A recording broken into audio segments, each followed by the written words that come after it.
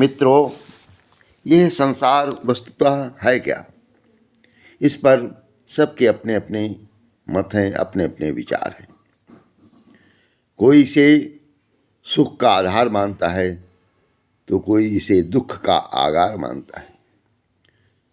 आइए इस संदर्भ में गायत्री परिवार के संस्थापक पंडित श्री राम जी शर्मा आचार्य ने बहुत सुंदर विश्लेषण किया है।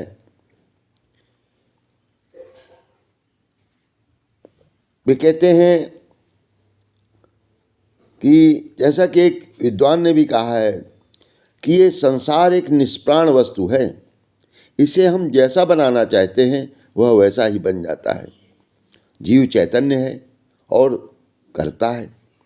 संसार पदार्थ है और जड़ है।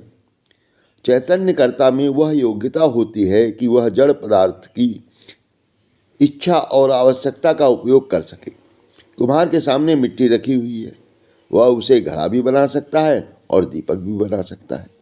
सुनार के सामने सोना रखा हुआ है, वह उसे मनचाहा आभूषण बना सकता है। संसार ठीक इसी प्रकार हमारे सामने रखा हुआ है।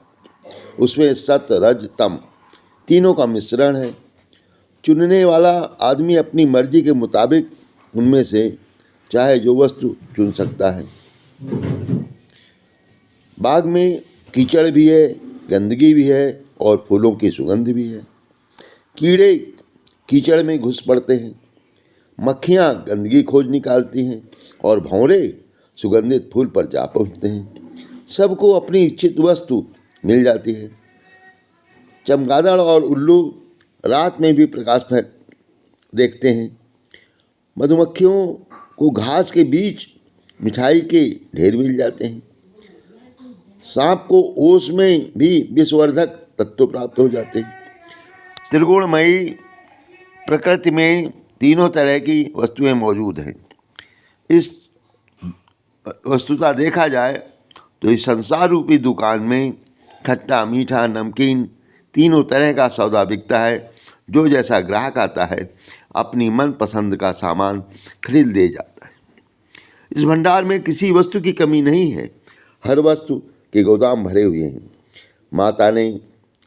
हमारी प्रकृति माता ने खट रस व्यंजन तैयार करके रखे हैं। जिस बच्चे की जो रुचि हो खुशी खुशी खा सकता है। त्रिगुणमयी प्रकृति के दोनों पहलू मौजूद हैं, एक भला दूसरा बुरा, एक काला दूसरा सफ़ेद, एक धर्म दूसरा अधर्म, एक सुख दूसरा दुख। चुनाव की पूरी पूरी आज़ादी आपको है। दुनिया का असली रूप क्या है यह आरंभ में ही हम चर्चा कर चुके हैं, पर वह एक तात्विक व्याख्या है। व्यवहारिक दृष्टि से हर व्यक्ति की अपनी एक अलग दुनिया होती है। एक व्यक्ति चोर है, उसके मानसिक आकर्षण से बहुत से चोरों से उसकी मैत्री हो जाएगी। जेल में, समाज में, घर में, सब जगह उसे चोरी की ही चर्चा मिलेगी। घर वाले उससे बात करेंगे तो चोरी की, माता बुरा बताएगी, स्त्री अच्छा, कोई चोरी को समर्थन करेगा, कोई चोरी का विरोध करेगा। घर के बाहर निकलने पर उसके परिचित लोग उससे जब मिलेंगे उसके पेशे चोरी के बारे में ही भला बुरा वार्तालाप करेंगे।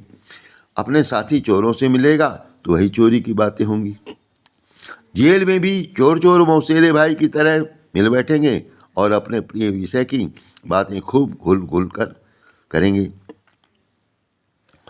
इस प्रकार उस चोर के लिए ये सारा संसार चोरी की धुरी पर नाचता हुआ दिखाई देगा। उसको विश्व का सबसे बड़ा काम चोरी ही दिखाई पड़ेगा। अन्य कार्यों पर उसकी उपेक्षा दृष्टि ही पड़ेगी। इसी प्रकार अन्य व्यसनी व्यक्ति को अपने व्यसन की ही बातें चारों तरफ नजर आती हैं और उसी तरह के लोग उससे मिलते जाते हैं। नशेबाज अपने स्वभाव के भाई वृंदों को समेटकर एक अपनी अलग दुनिया बना लेते हैं। एक ही व्यक्ति कई लोगों को कई प्रकार का दिखाई पड़ता है। एक व्यक्ति है, माता उसे स्नेह का भाजन मानती है, पिता आज्ञाकारी पुत्र मानता है, गुरु सुयोग्य शिष्य समझता है, मित्र हसोड़ साथी समझते हैं, स्त्री प्राण वल्लभ मानती है, पुत्र उसे पिता समझता है, शत्रु उसी का शत्रु वध करने योग्य समझता है, दुकानदार ग्राहक समझता है, नौकर मालिक मानता है, घोड़ा उसको सवार समझेगा और पालतू तोता उसे कैदी बनाने वाला जेलर समझता है। इसके विपरीत और देखा जाए तो खटमल पिस्सू उसे स्वादिष्ट खून से भरा हुआ एक वस्तु दिखाई देंगी। यदि इन सभी संबंधियों की माता पिता गुरु मित्र स्त्री पुत्र शत्रु दुकानदार नौकर घोड़ा खटमल पिस्सू आदि की उन मानसिक भावनाओं का चित्र आपको दिखाया जा सके तो आप देखेंगे कि बस एक ही व्यक्ति के संदर्भ में ये सब संबंधी लोग कैसी कैसी अपनी अलग अलग विचित्र कल्पना किए हुए हैं जो एक दूसरे से बिल्कुल नहीं मिलती। इनमें से एक भी कल्पना ऐसी नहीं जो उस व्यक्ति के ठीक ठीक और पूरे स्वरूप को प्रकट करती हो। जिससे जितना और जैसा काम पड़ता है वो उसके संबंध में वैसी ही कल्पना कर लेता है। तमाशा तो ये है कि मनुष्य स्वयं भी अपने बारे में ऐसी कल्पना किए हुए है कि मैं लखपति हूँ, वृद्ध हूँ, पुत्र रहित हूँ, कुरूप हूँ, गणमान्य हूँ, बहुत सुंदर हूँ, दुखी हूँ, मैं बुरे लोगों से घिरा हुआ हूँ आदि नाना प्रकार की कल्पनाएं कर लेता है और उस कल्पना लोक में जीवन भर विचरण करता रहता है। जैसे दूसरे लोग उसके बारे में अपने मतलब की कल्पना कर लेते हैं वैसे ही मन भी अपने बारे में इंद्रियों की अनुभूति के आधार पर अपने संबंध में एक लूली लंगड़ी कल्पना कर लेता है और इसी कल्पना में लोग नशेबाज की तरह काल्पनिक क्षेत्र में उड़ते रहते हैं। मैं क्या हूँ इस मर्म को यदि वह किसी दिन समझ पाए तो जाने कि मैं अपने बारे में कितनी गलत धारणा बना रखी है। लोग ऐसी ही अपनी अपनी भावुकतापूर्ण मानसिक उड़ान के हवाई घोड़ों पर चढ़कर सच्चाई के बहुत ऊंचे आकाश में उड़ते रहते हैं और उसी नशे में कोई मन के लड्डू खाया करते हैं, कोई मन के चने चबाया करता है, कोई शराबी सामने वाली दीवार को गालियां देकर अपना सिर फोड़ रहा है और कोई कुत्ते को बाहु पास में कसकर उसको बहुत प्रिय मानता है। देखा जाए तो हम लोग अज्ञान के नशे में सो रहे हैं। किसी को मोहल्ले के सपने आ रहे हैं, कोई भयंकर दुस्वप्न देखकर भयभीत हो रहा है।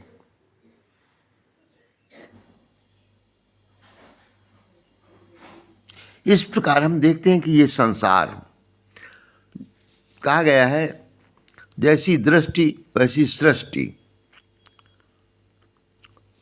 तो संसार को भी हम जिस प्रकार से अपने भाव विचार जीवन शैली के आधार पर अपनाते हैं वैसा ही संसार हमें दिखाई पड़ता है। वस्तुतः देखा जाए तो ये दर्पण के समान है जिससे हर व्यक्ति अपना क्रूप या सुंदर मुख जैसे का तैसा देख सकता है। संसार कल्पित है ऐसा दर्शन शास्त्र में बताया गया है। इस उक्ति के अंतर्गत यही मर्म छिपा हुआ है कि हर व्यक्ति अपनी कल्पना के अनुसार संसार को समझता है। कई अंधों ने एक हाथी को छुआ, जिसने पूंछ छुई थी हाथी को सांप जैसा बताने लगा, जिसने पैर पकड़ा था उसे खम्भे जैसा जचा, जिसने पेट पकड़ा था उसे पर्वत समान प्रतीत हुआ। संसार भी ऐसा ही है। इसका रूप अपने निकटवर्ती स्थान को देखकर निर्धारित किया जाता है। आप अपने आसपास पवित्रता प्रेम भ्रातृभाव उदारता स्नेह दया गुण दर्शन का वातावरण तैयार कर लें तो अपनी दृष्टि को गुणग्राही बना लें तो निश्चित रूप से ये संसार हमें नंदनवन की तरह, स्वर्ग के उच्च सोपान की तरह आनंददायक बन जाएगा।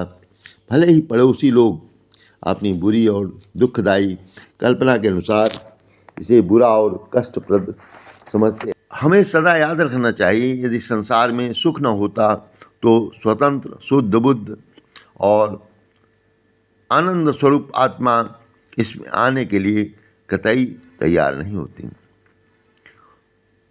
सुख और वो दुख और कुछ नहीं, अपितु सुख के अभाव का नाम ही दुख है। राजमार्ग पर चलना छोड़कर कटीली झाड़ियों में, पगडंडियों में व्यक्ति सुविधा के लिए भटकने लगता है तो वही दुख का कारण बनता है।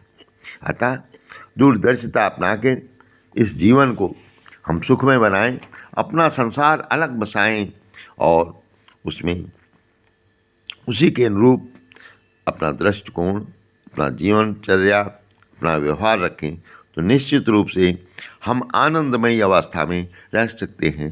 संसार के अन्य लोग चाहे जिस अवस्था में रहें, उससे कोई लेना देना नहीं होता। आप सबका जीवन सुखमय, आनंदमय बने, ओजस्वी, तेजस्वी बने, इसी भावना के साथ बहुत बहुत धन्यवाद। आशा है इस वीडियो को लाइक करेंगे और कमेंट अपना अवश्य दें, कुछ विचार दें, उससे बड़ी प्रेरणा मिलती है। उस अनुरूप विचारों को वैसे ही वीडियो बनाए जाते हैं, अतः कृपया कमेंट अवश्य दें। बहुत बहुत धन्यवाद। कृपया चैनल को लाइक, सब्सक्राइब और शेयर अवश्य करें। धन्यवाद।